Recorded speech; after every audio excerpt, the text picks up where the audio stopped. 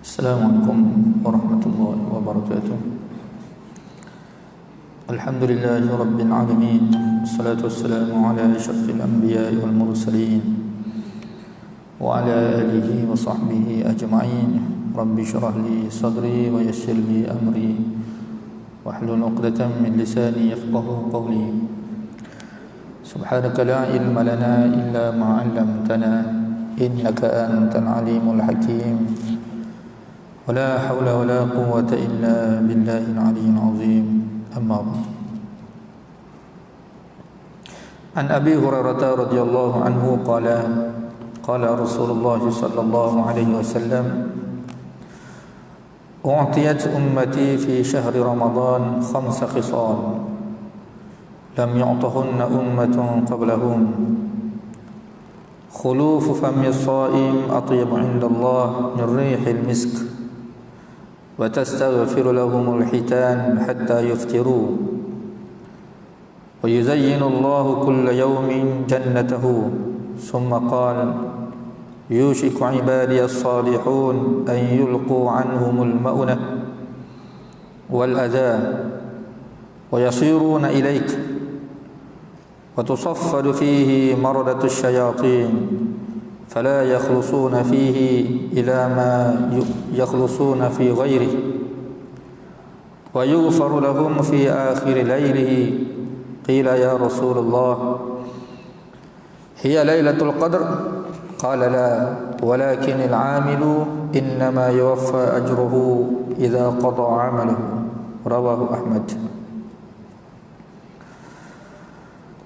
Riwayat daripada Abu Hurairah radhiyallahu anhu telah berkata bahwa Rasulullah sallallahu alaihi wasallam bersabda, umatku dikurniakan, diberikan pada bulan Ramadan akan 5 kelebihan, 5 keistimewaan, yang mana 5 keistimewaan ini tidak diberikan oleh Allah Ta'ala kepada mana-mana umat sebelum daripada umatku ini. Pertama, bau mulut orang yang berpuasa lebih harum atau lebih baik, lebih wangi di sisi Allah Subhanahu wa Ta'ala daripada bau kasturi. Yang kedua, ikan-ikan di lautan sentiasa memohon ampun kepada orang yang berpuasa hatta yuftiru, sehingga mereka berbuka puasa. Yang ketiga, wa yuzayyinullah, Allah memperiasi pada setiap hari bulan Ramadan. Pada setiap hari bulan Ramadan Allah memperiasi syurga dia. Kemudian Allah Ta'ala berkata kepada syurga, hampir-hampir hamba-hambaku yang soleh melepaskan diri mereka daripada kesusahan dan mereka menuju kepada engkau. Yang keempat, dirantai atau diikat pada bulan Ramadan syaitan-syaitan yang jahat, ketua-ketua syaitan.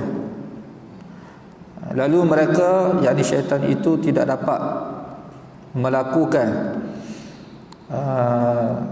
pada bulan Ramadan apa yang mereka biasa lakukan pada bulan selain Ramadan.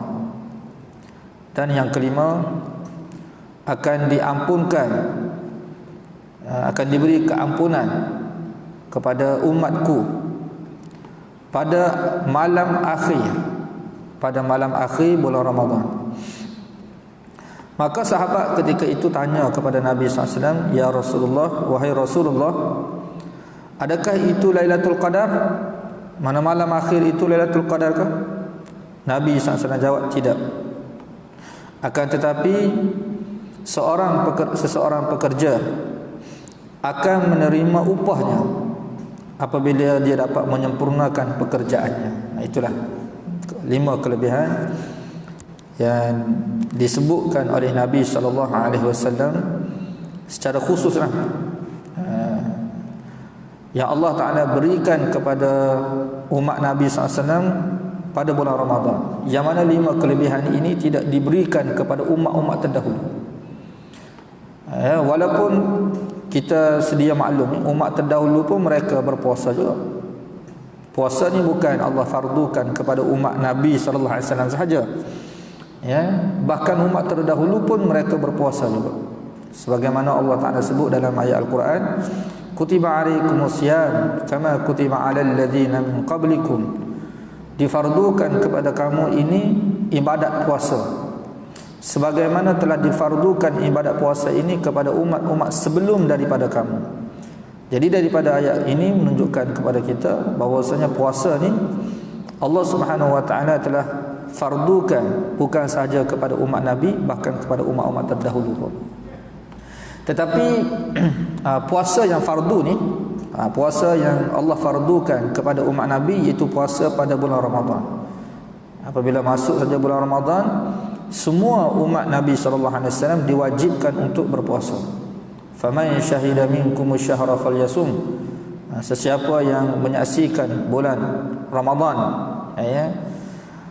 atau berada pada bulan Ramadan, maka hendaklah dia berpuasa. Jadi Allah Subhanahu wa taala berikan 5 keistimewaan secara khusus yang tidak diberikan keistimewaan ini kepada umat terdahulu. Pertama, Nabi SAW sebut dalam hadis ni, hadis riwayat Imam Ahmad, khuluf ni bau mulut. Bau mulut orang yang berpuasa, bau yang sebenarnya bau tu bau tidak selesa. Bau yang keluar daripada perut. Sebahagian terjemahan hadis ni dia kata bau busuk. Bau busuk mulut orang yang berpuasa. Jadi bau tu Allah Subhanahu wa taala suka atau yabu, mana lebih harum di sisi Allah Subhanahu wa taala lebih daripada bau kasturi. Kalau kita tengok bau kasturi ni antara bau yang wangi lah, yang mana semua manusia ini dapat terima kewangian dia. Tetapi itu di sisi manusia. Di sisi manusia ni kalau kita tengok bau mulut, kita akan rasa bau busuk lah. Kita akan dapat cium bau busuk. Bau busuk tu makna tidak selesa lah. Tetapi di sisi Allah Subhanahu wa taala bau tersebut adalah lebih harum lagi daripada bau kasturi. Mana Allah Subhanahu wa taala mana bagi Allah tu berbeza. Penilaian Allah Taala itu berbeza dengan penilaian manusia. Kalau kita tidak suka, Allah Taala suka. Kalau Allah Subhanahu wa taala suka, manusia tidak suka biasanya. Begitu juga kita tengok ibadat-ibadat yang Allah Taala perintahkan kepada kita ni untuk kita lakukan. Ibadat tu adalah perkara yang Allah Taala suka, amalan yang Allah Taala suka. Allah perintah kita buat, kita lakukan. Itu adalah amalan-amalan yang disukai oleh Allah Subhanahu wa taala. Tapi kita tengok kebanyakan daripada manusia ni tidak suka. Satu yang perkara yang tidak disukai oleh manusia itu makna perintah-perintah Allah Subhanahu wa taala. Allah jadikan begitu sebagai satu ujian. Patut sebaliknya perkara yang kita suka tu Allah Taala pula tidak suka. Berzina, mencuri, minum arak, judi, rasuah dan sebagainya, itu perkara-perkara yang disukai oleh manusia. Kenapa? Sebab nafsu, sesuai dengan nafsu. Tetapi Allah Subhanahu wa taala tidak suka. Jadi kita, oleh kerana itulah wahyu Allah turunkan kepada kita ini tu sebagai suatu panduan kepada kita semua untuk kita mengukur sesuatu perkara, untuk kita menilai sesuatu perkara. Jadi dengan adanya wahyu ni kita dapat menilai perkara-perkara yang Allah Taala suka dan perkara-perkara yang Allah Taala tidak suka. Jadi bau ni tuan-tuan sekalian, kalau orang tu tak puasa, dia tidak akan keluar bau ni. Bau ni adalah bau yang memang datang daripada perut orang berpuasa, bukan bau mulut sebenarnya. Sebagian ulama dalam mensyarahkan hadis ni, mereka sebut bau tu datang daripada perut orang yang berpuasa. Cuma oleh kerana keluar melalui mulut, jadi disebut sebagai bau mulut lah. Bukan bau perut, tidak bau mulut. Tapi bau itu keluar sebab hamba Allah itu berpuasa. Allah Ta'ala suka. Sebagian ulama mengatakan yang dimaksudkan Allah lebih harum ni, lebih harum di sisi Allah Subhanahu wa taala, itu satu kurniaan yang Allah Subhanahu wa taala, pada satu keistimewaan yang Allah berikan kepada umat Nabi sallallahu alaihi wasallam. Apabila mereka ni bangkit di pada mahsyar nanti, akan keluar daripada mulut dia bau tersebut. Ada yang mengatakan demikian. Ya. Mana bau wangi lah daripada mulut orang yang berpuasa tersebut. Seperti mana kita tengok terusnya dalam hadis-hadis yang lain. Contoh Nabi SAW menyebut anggota tubuh, ya, umat dia ni apabila bangkit di hari akhirat nanti akan bersinar, akan mengeluarkan cahaya, akan bercahaya. Anggota wuduk, anggota tubuh yang terkena air wuduk ni akan bercahaya. Ya. Jadi begitu juga bagi yang berpuasa, akan keluar daripada mulut dia ini bau yang begitu harum, daripada kudrat Allah Subhanahu wa taala dah. Allah keluarkan satu bau yang wangi di hari akhirat nanti. Ini pendapat mereka, pendapat ulama tentang hadis ni. Dan ada yang mengatakan yang kata bau busuk ni lebih harum di sisi Allah Subhanahu wa taala. Ni semua adalah apa panggil, ibarat ataupun kita kata satu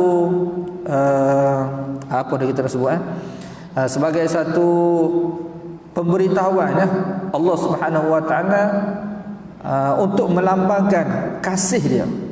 Maknanya ada hubungan kasih sebenarnya. Hubungan kasih.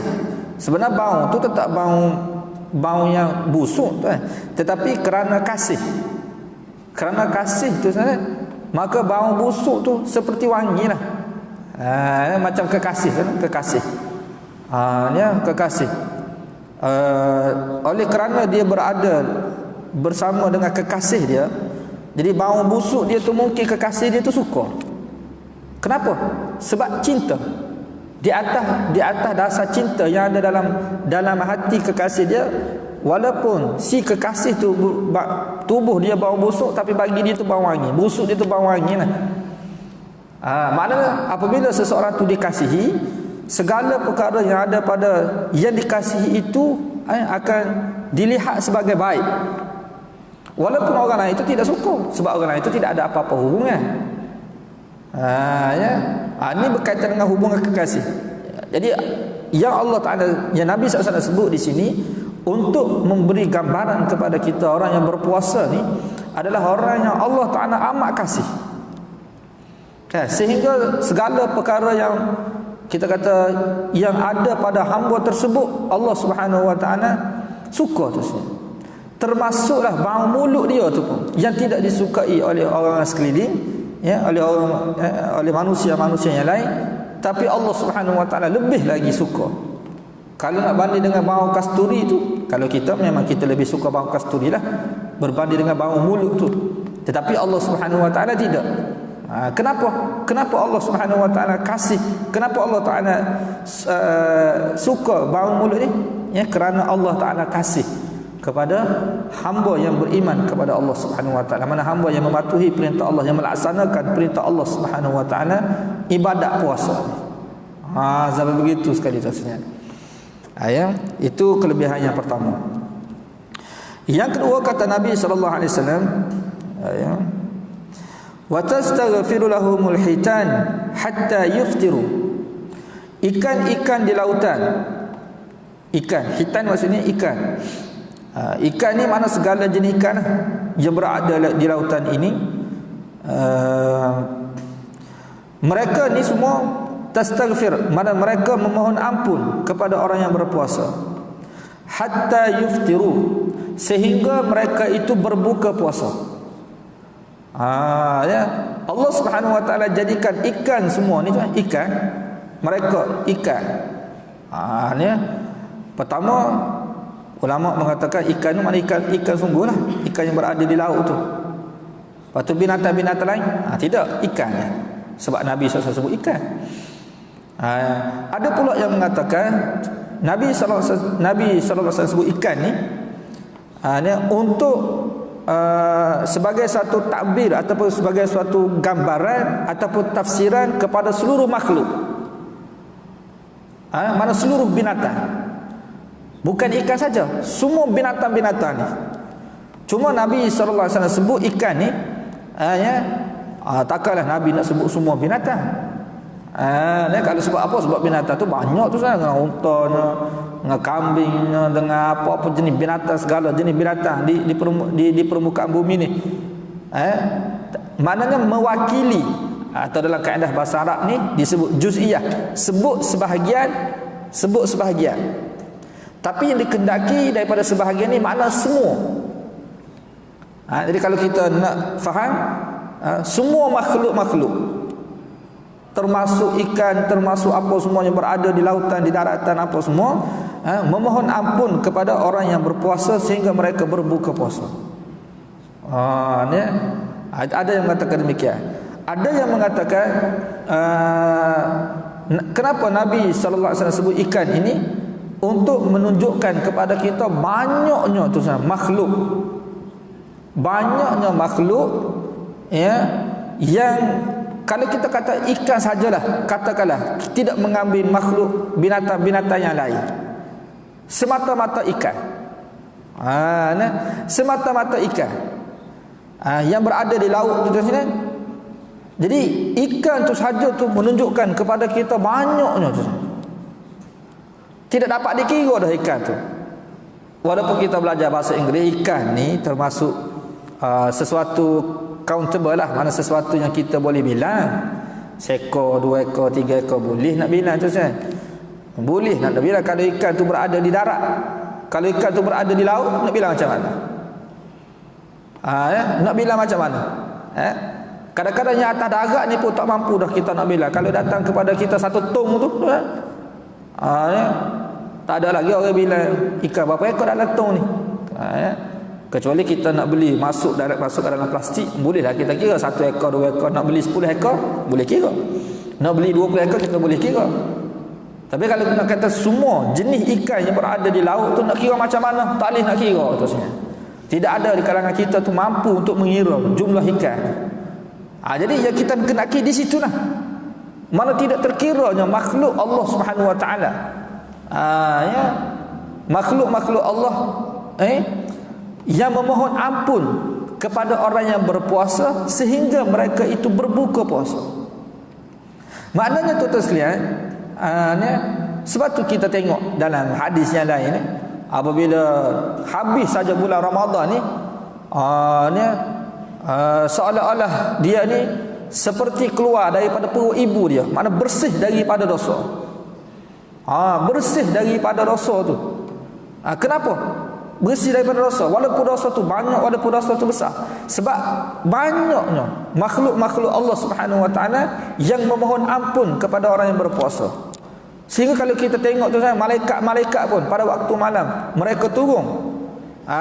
Terutama dalam malam Lailatul Qadar, yang mana Lailatul Qadar ni kita sedia maklum ada dalam bulan puasa saja.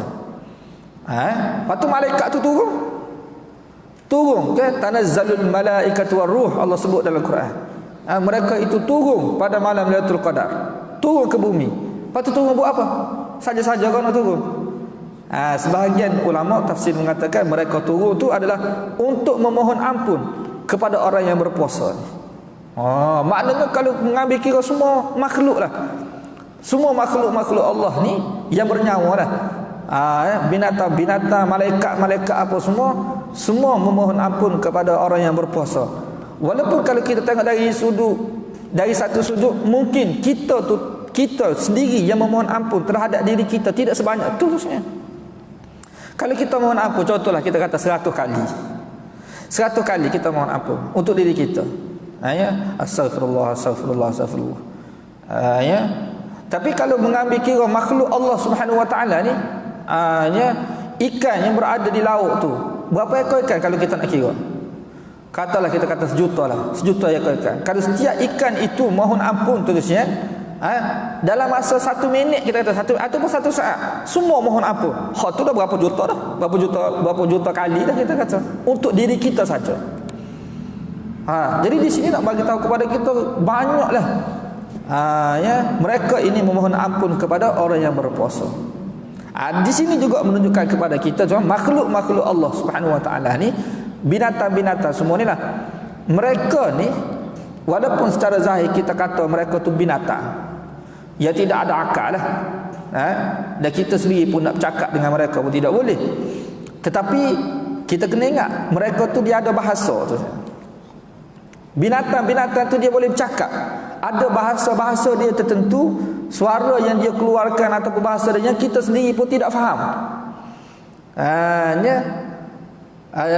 Dan hanya Allah sahaja yang memahami. Kucing contohnya, kita kata kucing tu ada tak bahasa dia? Yang kita dengar daripada kucing ni bunyi miau gitu je lah, miau saja. Tetapi kita kena ingat ya, binatang-binatang Allah ni dia makhluk Allah Subhanahu Wa Taala. Dia ada bahasa dia tertentu, kita tidak faham, tapi Allah memahami. Contoh Allah sebut dalam Quran semut. Ya, dalam surah An-Naml Allah sebut dengan jelas. Qalat namlatun hatta idza atau ala wadi an-naml qalat namlatun ya ayyuhan namlu dukhulu masakinakum la yahtimannakum Sulaiman wa junuduhu wa hum la yash'urun. Ya, apabila tentera-tentera Sulaiman itu telah mendekati satu wadi yang didiami oleh semut. Ya, pada ketika itu seekor semut, Allah cerita seekor semut betina. Ya, dia kata kepada semut-semut yang lain, dia kata ya ayyuhan namlu dukhulu, wahai sekalian semut, masuklah kamu ke dalam tempat persembunyian, mana tempat tinggal kamu, menyorok supaya kamu tidak dipijak sehingga hancur oleh tentera Sulaiman. Dalam keadaan mereka itu tidak sedar, mereka akan lalu lembah ni yang tempat kamu ada sekarang ni. Jadi sebelum mereka lalu tu, mana kamu menyorok cepat-cepat, kalau tidak kamu akan dipijak hancur lembu oleh Sulaiman. Dalam keadaan mereka tidak sedar. Jadi tu perkataan semut tu terusnya, bahasa semut. Kita sendiri suara semut pun kita tidak dengar. Kalau kita kata kucing tu, kita dengar juga suara dia kan. Kambing kita boleh dengar suara dia, lembu kita boleh dengar walaupun tidak faham. Dari sudut nak dengar tu, kita boleh dengar walaupun tak faham. Tapi semua ni terusnya mana kita dengar. Di sini nak menunjukkan Allah tu Maha mendengar. Dia mendengar dengan maha sempurna. Allah mendengar sempurna semua. Lepas tu dia tu Maha memahami. Sebab tu Allah Ta'ala cerita kepada kita. Jadi kalau semua tu ada bahasa terusnya yang walaupun kita tidak faham, tapi kena ingat pencipta semut tu Maha memahami. Kucing kita tidak faham bahasa dia, tapi pencipta kucing faham bahasa dia. Berarti kita tidak boleh buat zalim kepada binatang-binatang. Kalau tidak tu kan, mungkin orang yang menzalimi binatang ni, dia termasuk tu dalam doa Nabi SAW, wa da'watil mazlum, antara doa yang tidak ditolak oleh Allah Subhanahu Wa Taala, iaitu doa daripada makhluk yang dizalimi. Nabi tidak sebut manusia, Nabi sebut wada'atil mazlum, doa daripada yang dizalimi. Tidak semestinya manusia itu dizalimi, boleh jadi binatang tu kalau dia dizalimi. Kita seksa kucing, seksa, tak kira lah binatang, kambing ke, lembu ke, apa semua, burung, kena ingat burung kan, kita suka pero burung ni kan, letak dia dalam sangkar. Jadi jaga elok-elok lah, boleh tidak ada masalah, tapi kena jaga elok, jangan aniaya. Kena berikan hak-hak mereka, makan mereka, nafsu mereka tu kena tunaikan. Kucing pun sama juga, kita jaga dia elok-elok. Boleh jadi dengan sebab kita jaga kucing tu kucing pun suka dia doa kepada kita. Mana dapat doa daripada kucing? Sebagaimana ni doa daripada makhluk Allah Subhanahu Wa Taala. Ikan apa semua ni kan, dia boleh doa pada Allah Subhanahu Wa Taala, minta ampun kepada Allah Subhanahu Wa Taala. Ini satu anugerah Allah Subhanahu Wa Taala. Sebab tu Nabi sallallahu alaihi wasallam sebut tuan-tuan, kurniaan ini diberikan oleh Allah Subhanahu Wa Taala kepada umat aku yang tidak diberikan kepada umat sebelum tu. Ini satu keistimewaan. Itulah yang doa Nabi sallallahu alaihi wasallam tuan-tuan. Kalau kita biasa dengar, biasa bulan Ramadan ni kita akan dengarlah, ataupun kita telah dengar Nabi SAW naik atas mimbar, atas tangga mimbar tu lah, nak khutbah tu Nabi kata amin, amin, amin 3 kali. 3 kali Nabi SAW kata amin. Sahabat tanya lah. Ya. Sahabat tanya, kenapa ni? Kami tidak pernah dengar kamu buat begini.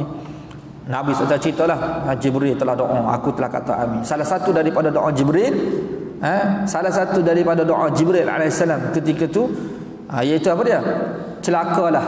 Jibril kata, seseorang yang mendapati bulan Ramadan, yang telah berada dalam bulan Ramadan, tetapi tidak dapat apa-apa keampunan daripada Allah Subhanahu wa taala, sehingga Ramadan tu berlalu tanpa sebarang keampunan. Mana sebelum Ramadan tu kan, kita kata sebelum Ramadan tu banyak dosa. Tak apalah banyak dosa sebelum Ramadan tu kan.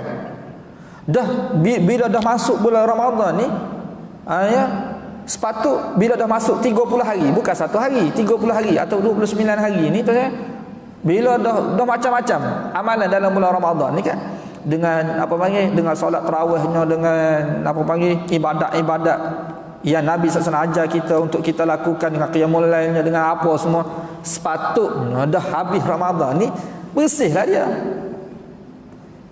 Kan? Tiba-tiba habis Ramadan itu tidak dapat apa-apa keampunan. Mana tetap kotor, sebelum Ramadan pun kotor, selepas Ramadan pun kotor. Mana apa benda yang dia buat dalam bulan Ramadan sebenar? Yang menyebabkan dia itu tidak diampunkan oleh Allah Subhanahu wa taala. Sedangkan kita sudah sebut sebelum ni, dia gini, kita katakanlah contoh tuan-tuan, kita sendiri tak sempat nak minta ampun,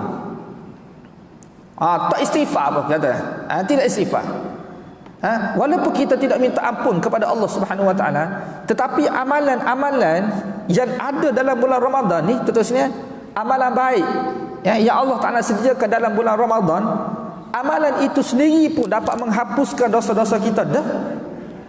Sebagaimana Allah Taala sebut dalam Quran, innal hasanat yudhibnas sayyiat, sesungguhnya kebaikan-kebaikan itu dapat menghapuskan kejahatan-kejahatan, dosa-dosa kita. Mana amalan-amalan, walaupun kita tidak minta ampun pun, sebab keampunan terhadap dosa itu tidak semestinya kita minta ampun. Walaupun kita kata minta ampun itu adalah baiklah, baik. Cuma kita cerita ni, kalau kita sendiri tak minta ampun, mana amalan yang Allah Ta'ala sediakan dalam bulan Ramadan ni sudah cukup dah untuk menjadikan seorang itu diampunkan dosanya oleh Allah Subhanahu wa taala. Kemudian termasuk hadis ni pula ni, yang Nabi sebut ni, bukan saja amalan yang Allah Ta'ala sediakan itu dapat menghapuskan dosa kita, terusnya bahkan ni makhluk-makhluk Allah Subhanahu wa taala tu, doa malaikat apa semua tu dapat. Jadi macam mana seseorang tu boleh tidak diampunkan oleh Allah Subhanahu wa taala dalam bulan Ramadan? Maknanya di sini, sebab itulah Jibril kata celaka ni tu sini. Hamba Allah Subhanahu wa taala dalam bulan Ramadan pun tidak diampunkan lagi oleh Allah Subhanahu wa taala. Patu bila nak minta ampun? Patu waktu bila atau ketika bila yang dosa dia tu akan diampunkan oleh Allah Subhanahu wa taala? Batu Nabi sebut ni bulan maghfirah, syahrul maghfirah, bulan keampunan. Bulan yang penuh dengan keampunan. Allah Ta'ala ni memang kira-kiranya memang nak ampun dah dosa kita ni, saudara. Dia bagi pada kita Ramadan ni, memang Allah Ta'ala nak ampunkan dosa kita. Kan? Allah Ta'ala bersedia dah nak ampun dosa kita, saudara. Kalau tidak Ramadan pun Allah tu Maha Pengampun dah.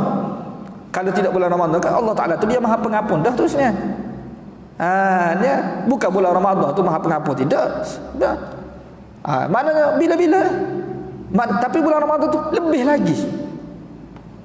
lagi sifat Allah Subhanahu wa taala tu. Bukan lebih tu menunjukkan dia tu kurang, sebelum tu kurang, tidak tu sini. Sebagaimana kita tengok Nabi sallallahu alaihi wasallam kan, dia tu kalau bulan Ramadan tu dia lebih pemurah lagi. Patut sebelum tu tidak pemurah kah? Sebelum tu pun pemurah juga, cuma bulan Ramadan tu pemurah lagi. Sebagian ulama kata, kenapa Nabi lebih pemurah bulan Ramadan? Mereka katakan kerana Allah Ta'ala tu bulan Ramadan tu Allah lebih pemurah lagi. Sebab tu dia sediakan kepada kita kan. Tengok bagaimana pemurahnya Allah Subhanahu wa taala. Amalan yang kita buat, amalan fardu yang kita lakukan tu, Allah gandakan 70 kali ganda. Seperti mana kita buat kalau bukan Ramadan 70 kali. Amalan-amalan sunat Allah berikan pahala. Allah Subhanahu wa taala berikan pahala tu sebenarnya jadi amalan fardu. Apa tu? Allah Subhanahu Wa Taala berikan pula kepada kita Lailatul Qadar bulan Ramadan. Tidakkah itu semua menunjukkan Allah itu pemurah tu sebenarnya dalam bulan Ramadan? Yang mana kita sedia maklum satu malam Lailatul Qadar tu, kalau kita dapat satu malam tu kita buat ibadat kepada Allah Subhanahu Wa Taala, khairum min alfi syahr, lebih baik daripada 1000 bulan. Ulama tafsir kata apa makna lebih baik 1000 bulan?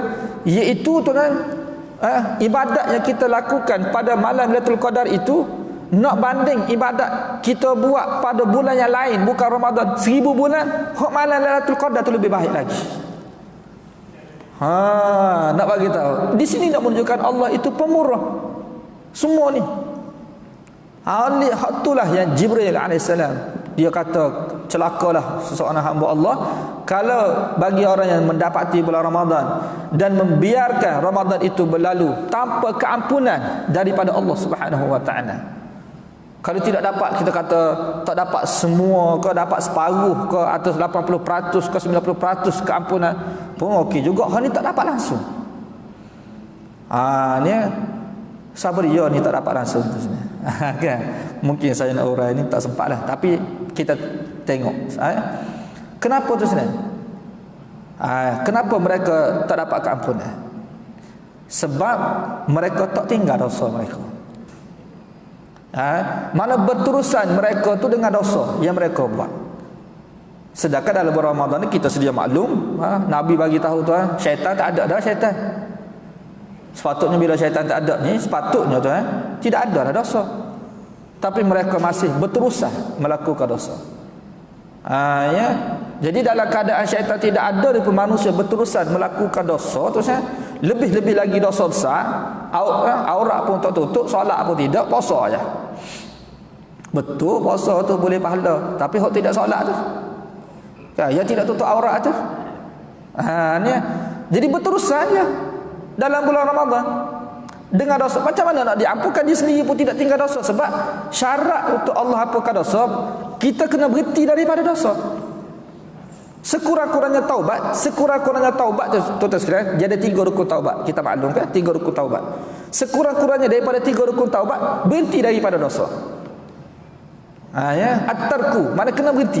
Kalau tidak berhenti, tidak namakan taubat. Walaupun dia tidak menyesal lagi, dia tidak ada azab lagi untuk dia meninggalkan, tidak mengulangi, tapi sekurang-kurangnya dia berhenti, tak buat. Bulan Ramadan tu tak payahlah teruskan dosa-dosa sebelum ni. Ni dah jadi biasa dah tu.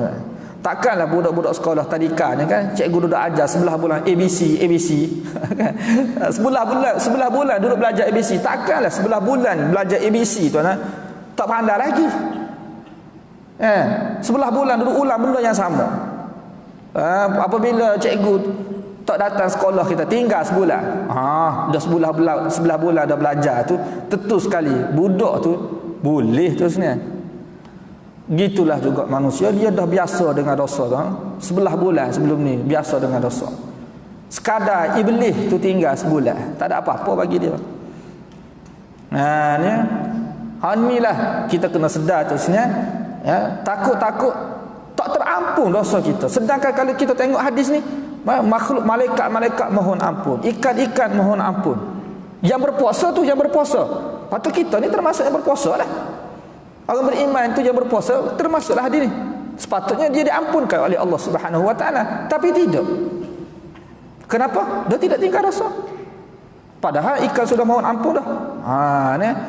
Jadi antara perkara paling penting dalam bulan Ramadan inilah, iaitu di samping kita memperbanyakkan ibadat kita, nak menguatkan ibadat kita apa semua, itu perkara paling penting sekali kita kena ingat tu sebenarnya, tinggal dosa kita. Dan berusaha. Kalau rasa payah macam mana sekalipun, kita berusaha supaya kita tidak mengulangi dosa tu. Sekurang-kurangnya bulan Ramadan tu jangan buat. Mudah-mudahan apabila berlalu Ramadan, dia berterusan. Kira-kiranya bulan ni adalah satu bentuk bulan untuk kita tarbiyah diri kita untuk jadi lebih baik lagi. Kemudian yuftiru ni, ada yang mengatakan yuftiru tu makna berbuka puasa. Ikan-ikan memohon ampun kepada orang yang berpuasa sehingga berbuka puasa. Habis kalau malam tu pula takkan ikan tu berhenti pula. Ni ada pendapat ulama mengatakan yuftiru tu maknanya fitrah, sehingga hari raya fitrah. Kalau kita guna pendapat tu maknanya ikan-ikan memohon ampun daripada awal Ramadan sampai hari raya fitrah tu. Itu tidak mengambil kira buka puasa lah. Jadi yuftiru tizi dengan makna habis tamat Ramadan. Bila sampai masuk malam Syawal tu barulah mereka tu berhenti. Maknanya mereka tidak berhenti berterusan memohon ampun kepada orang yang berpuasa. Mudah-mudahan kita semua ni terusnya termasuk golongan ni lah, golongan yang apa panggil mendapat doa daripada binatang-binatang Allah Subhanahu wa taala dan diterima oleh Allah Subhanahu wa taala permohonan ampun mereka insya-Allah Sekian saja tuan-tuan sekalian, kita tak sempat nak huraikan semua ni. Sekadar ini saja insya-Allah. Mudah-mudahan Allah taala memberi kepada kita kefahaman dan menjadikan Ramadan kita tahun ini yang paling baiklah dalam sejarah kehidupan kita insya-Allah. Sekian saja, wabillahi taufiq wal hidayah. Wassalamualaikum warahmatullahi wabarakatuh.